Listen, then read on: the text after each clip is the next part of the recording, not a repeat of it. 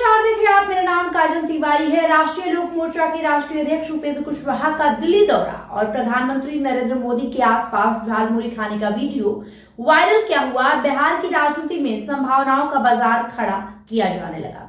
वैसे उपेंद्र कुशवाहा के सामने दीपक प्रकाश का मसला पेचीदा जरूर है, पर उपेंद्र कुशवाहा के राजनीतिक अनुभव की बात करें तो उनका दिल्ली प्रवास कोई छोटे मोटे काम के लिए नहीं हो सकता है। उपेंद्र कुशवाहा राजनीति के बड़े खिलाड़ी हैं और अपना कद बढ़ाने के लिए हर संभव प्रयास करेंगे। क्या और किन संभावनाओं की तलाश में उपेंद्र कुशवाहा दिल्ली गए होंगे, इसका जो हमें रिपोर्ट मिल रहा है उसके बारे में इस वीडियो में हम जिक्र करने जा रहे हैं।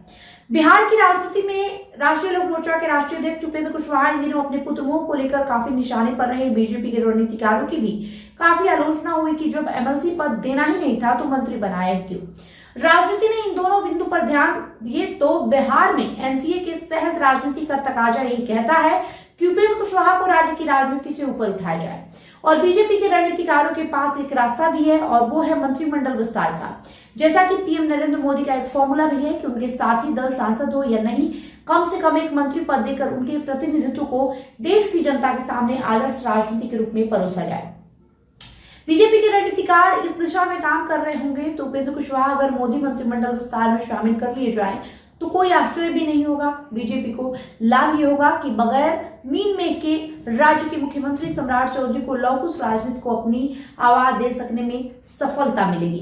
बीजेपी के रणनीतिकार अगर सभी दल को मंत्री परिषद में प्रतिनिधित्व देने का काम करते हैं तो फिर दीपक प्रकाश की समस्या से बीजेपी आराम से अपना हाथ खींच लेगी और तब दीपक प्रकाश की समस्या पूरी तरीके से राष्ट्रीय लोक मोर्चा की समस्या हो जाएगी।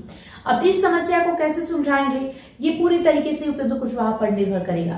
दीपक प्रकाश के लिए उपेंद्र कुशवाहा के पास कई सारे उपाय हैं। पहला तो ये कि अपने किसी विधायक को इस्तीफा देकर दीपक प्रकाश को चुनाव लड़ाएं। दूसरा ये कि स्नातक क्षेत्र होने वाले चुनाव में भाग ले और जीते, फिर मंत्री पद बरकरार रखे। तीसरा विकल्प है कि मार्च में राज्यपाल के द्वारा 12 सदस्यों को मनोनीत करना है, उनमें अपनी हिस्सेदारी के तहत एक सीट की डिमांड करे और फिर दीपक मंत्री बने। इसे लेकर जानकारों का कहना है कि उपेंद्र कुशवाहा की राजनीति का ये अवसान काल है। लगातार आलोचना का शिकार हुए उपेंद्र कुशवाहा किसी बड़े गेम के लिए दिल्ली गए।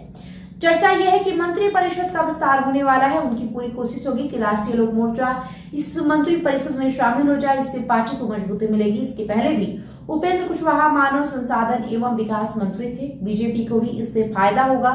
इससे एक मजबूत संदेश सहयोगी दलों के बीच भी जाएगा कि बीजेपी सभी पार्टियों का ख्याल रखती है। साथ ही साथ बिहार में विपक्ष जो इन दिनों हमलावर हो गया है उससे भी एनडीए के नेताओं को छुटकारा मिल जाएगा। अब देखना काफी दिलचस्प होगा आखिर बीजेपी उपेंद्र कुशवाहा को लेकर, उनके बेटे दीपक प्रकाश को लेकर क्या निष्कर्ष निकालती है।